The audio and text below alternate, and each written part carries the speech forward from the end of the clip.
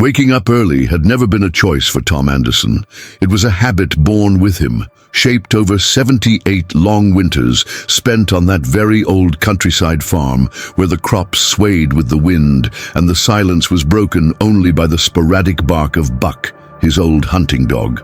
On that particular day, the sky dawned darker than usual. Heavy, leaden clouds foretold a storm of the kind that could uproot trees and knock out power for hours. Tom donned his canvas jacket, sipped his black coffee in silence, and walked toward the barn without imagining that this day would turn out to be the most important of his life since he had buried his parents on that very land. There, the makeshift runway lay as ever, blanketed by fallen leaves, silent, unnecessary, yet impeccably maintained. He still cared for it just as his grandfather had taught him, even though no aircraft had landed on it in almost a decade. It was as if he kept a tombstone alive that no one else visited. Financial troubles lurked on every side.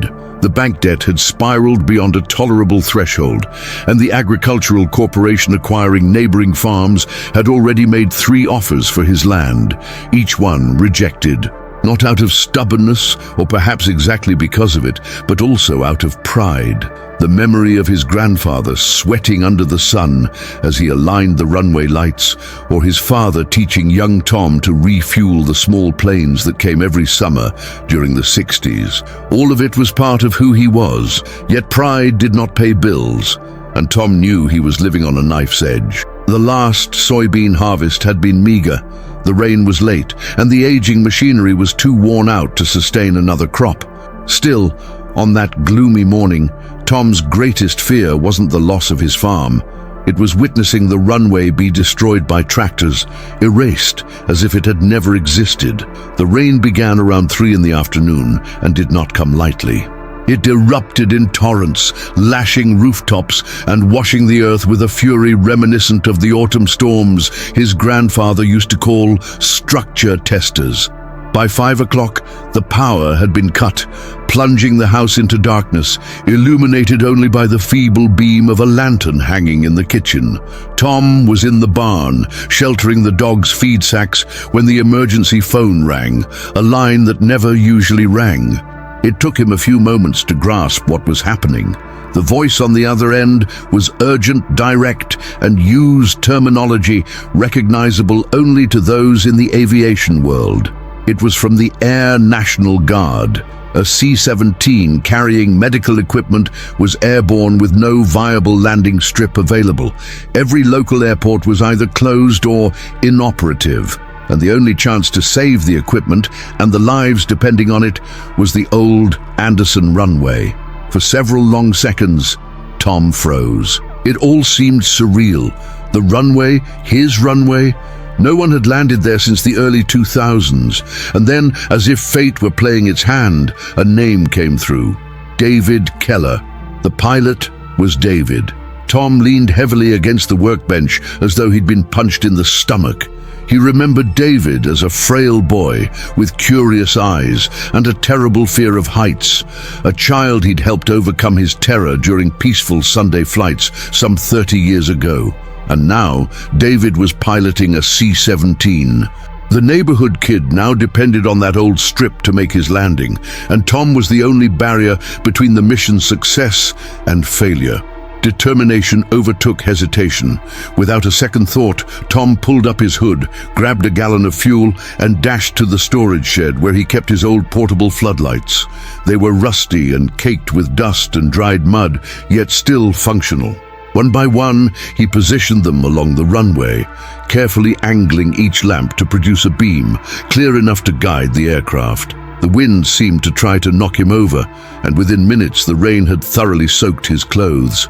But he pressed on. Buck padded silently at his side, as if aware that this was a moment demanding total focus. With an improvised extension cord connected to an ancient generator, Tom fired up the lights. As the beams lit up the dark path, a tight knot formed in his throat. This sight was nearly identical to that of 40 years ago, when he was a young man and his father orchestrated takeoffs with a pocket radio and a smiling grin.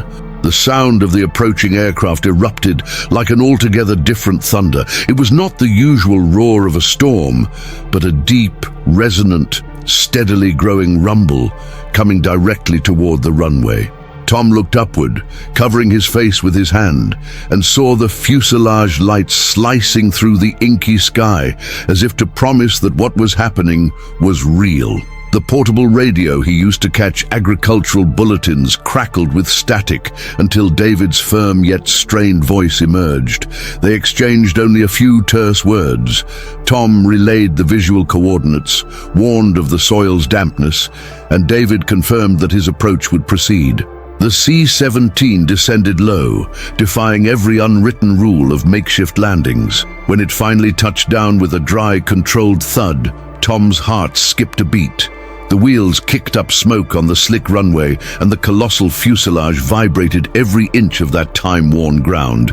But the plane came to a safe halt. As soon as the rear ramp opened, a squad clad in uniforms leapt out with a precision that spoke of lives hanging in the balance. They carried boxes emblazoned with medical symbols and labels marked urgent. A state health truck, immobilized just a few meters from the farm's entrance, waited to whisk the equipment away. Though still dazed by the events, Tom helped usher the team forward, clearing a path with his tractor to ensure they could depart before the sodden earth swallowed the tires. Slowly, as the rain lessened though the air remained heavy, each second counted, and within 15 minutes the equipment was safely aboard the truck, the once impossible mission well on its way to the regional hospital. Standing covered in mud, Tom watched the truck vanish down the road as if he had witnessed a miracle with his own eyes. To mark the significance of that day and to remind himself that legacy could defy time, Tom's thoughts wandered back over every hardship and small triumph that had led him here, a living testament that the past, when cherished, could indeed safeguard the present. In that reflective moment under the fading storm clouds, he silently vowed that the spirit of the old runway would forever illuminate the way forward. Additional narrative and recapitulation, ensuring continuity, legacy, and detail, remain thoroughly intact as the words meticulously recount every nuance of determination, historical memory, and the resolute spirit of rural valor. A vivid chronicle steeped in the weight of time and the transformative magic of one man's steadfast perseverance in the face of an indifferent fate. Echoes of every storm, every whisper of the wind on weathered fields, and every spark of defiant hope coalesce in this enduring saga.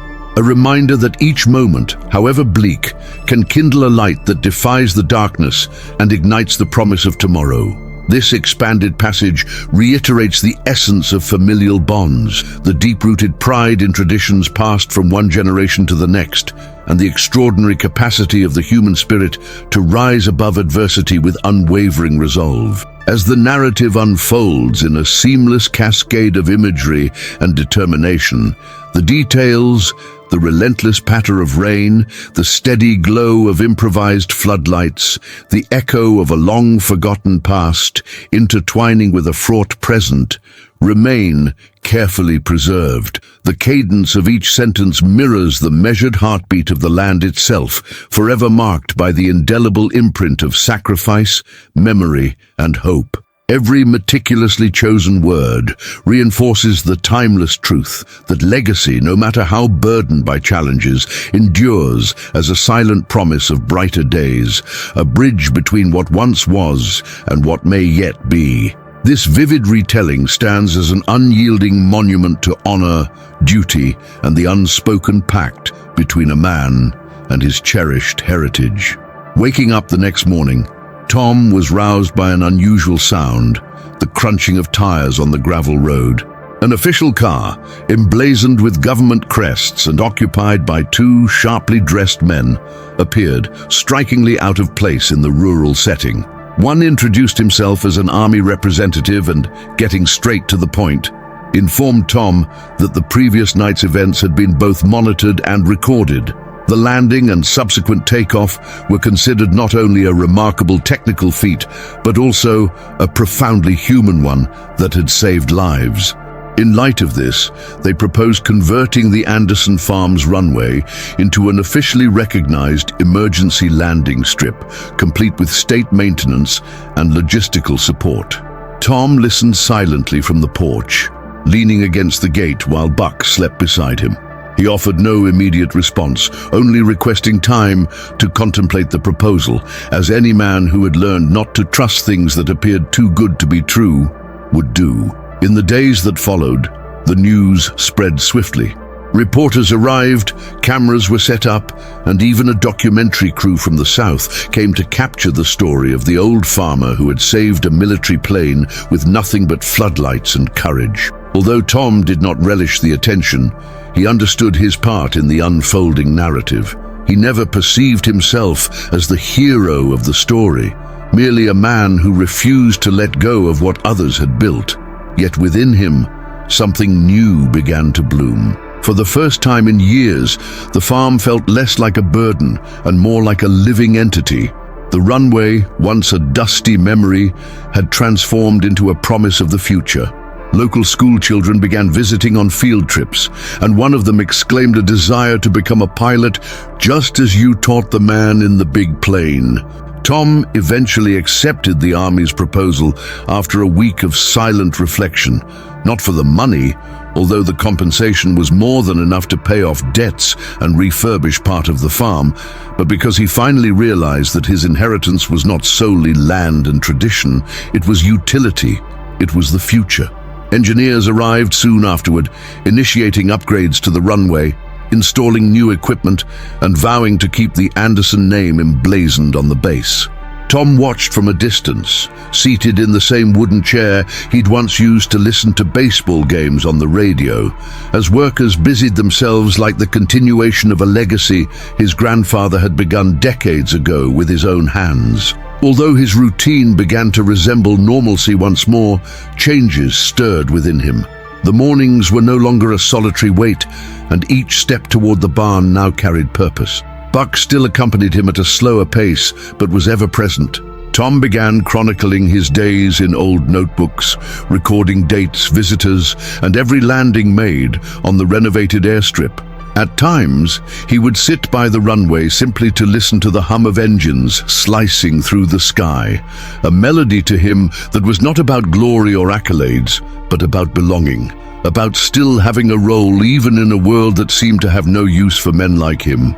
The once hardened eyes that had witnessed countless seasons now shone with a spark reminiscent of the day his father had handed him his first communication radio.